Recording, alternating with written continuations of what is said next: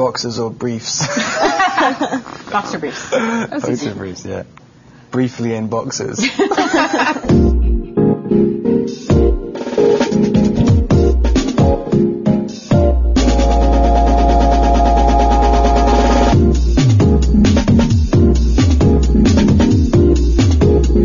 Welcome to Moviefone Unscripted. I'm Robert Pattinson, this is Stephanie Meyer, and that one's Kristen Stewart.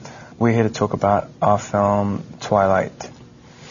We're going to ask each other some questions, and some of your questions, as well as some of our own.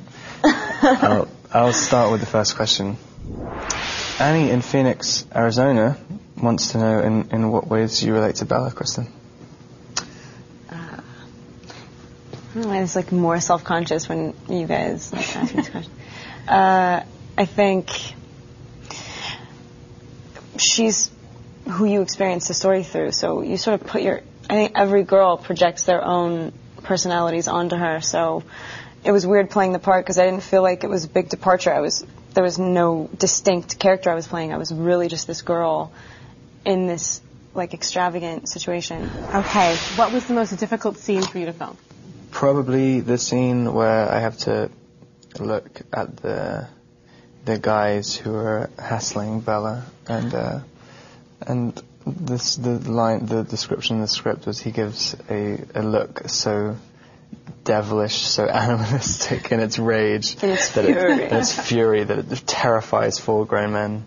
And coming out with my little bouffant hairdo, white makeup and a pea coat is quite difficult to look very scary. I wouldn't have guessed that one. It's cool. It was tough. I nearly quit because of it. Really? Oh my God, he almost punched me in the face like 5 times. I should have been on set that day. Which scene were you most excited to see translated from book to screen? I mean, I think the main one for me was always the meadow because, that's where it all started. That was the one that I saw in my head first, so I wanted to see that. But I think I was surprised that in the end, the one that, I don't know, I guess there's like the most, what's the word, like delight in scene was the baseball scene. I mean, that one was just so much fun to watch. It kind of blew me away, so there's those two. All right, if you could remake any movie, like from any period, recent, forever ago, and be the star, which one did you do? I would love to have been the voice of Mowgli in the Jungle Book.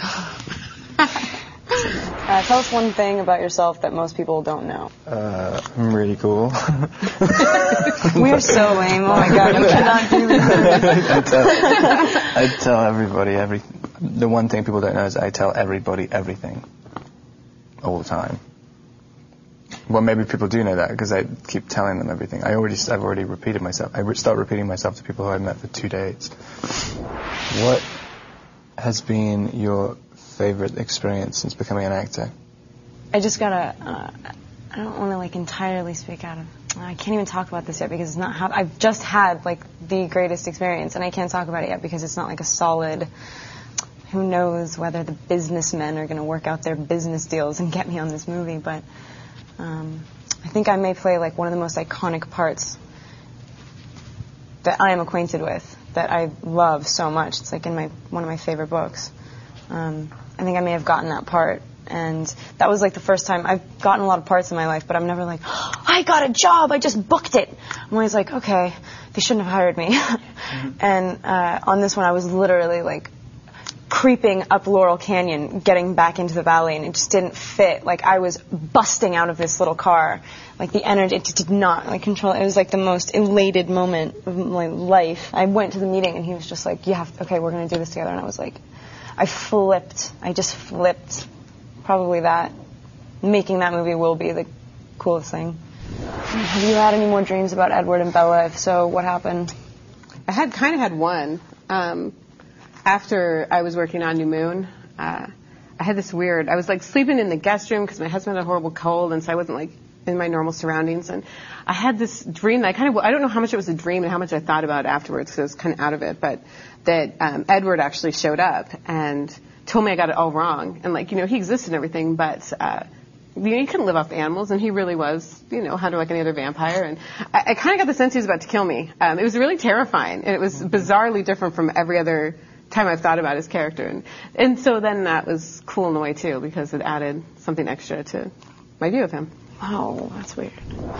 Can you just make your best sexy face? Please. That's a request, no question. Can you? Can you do it? I thought I was already doing it.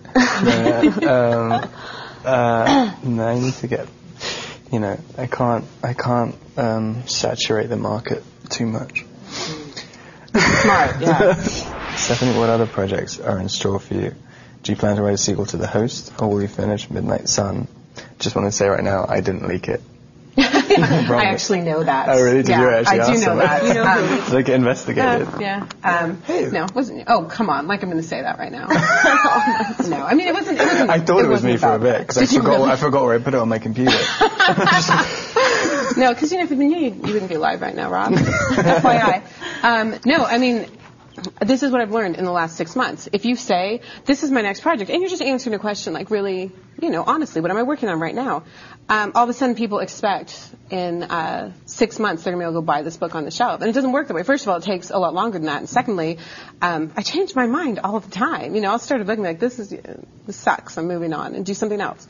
I've got a lot of other projects. And right now, I want to do something new. I don't want to do a world I've already done. I want to do something fun and different. But I'm not going to say, because it's not going to be on the shelves in 6 months. It's going to take 2 or 3 years if I can get home and actually work on something. Because I have things to do, Rob. Oh, anyway, Kristen, Sarah in Portugal wants you to describe Robert in 2 words. In Portuguese. Ooh. Why 2? Why not just 1? Or 3? It's funny, because I know very well, better than anybody else, a version of Rob. I mean, because you have, a very complete experience making a movie. Like, you go through something with somebody or whatever.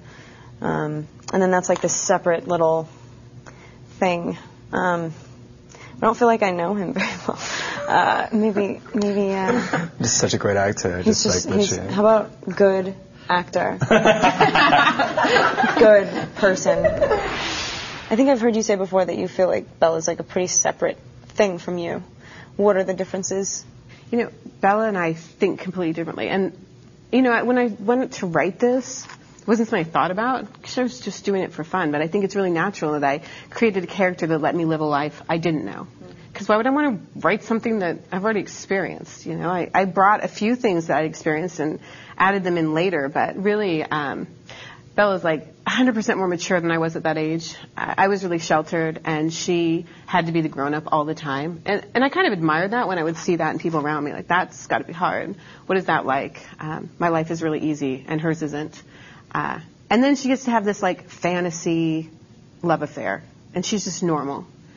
That also did not happen to me. I dated all, the Mike Newtons and the Eric Yorkies in my life, and I never did even see an Edwards. So that was all part of this fantasy that I got to live for 3 months, and that was really cool.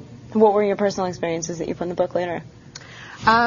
There's one that I just thought would be funny, because I was writing a book about vampires, and the fact that I did pass out in biology because other people were bleeding all around me. I thought it was kind of hilarious for a vampire book, so that actually happened. What was the funniest thing that happened during filming? When you tried to pick me up off the floor and couldn't. Made me feel like a gorilla. Rob pulled his groin that day. It was really problematic. And it's really quite funny. The outtake is really very funny.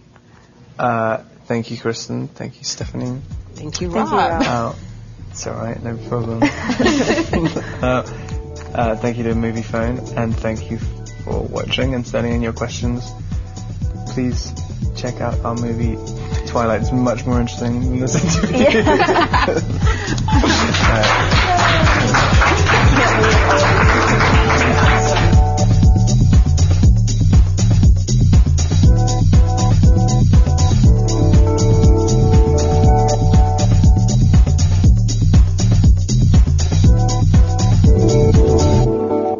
So what's your next project? Writing the Rob Pattinson story. It's a tell-all.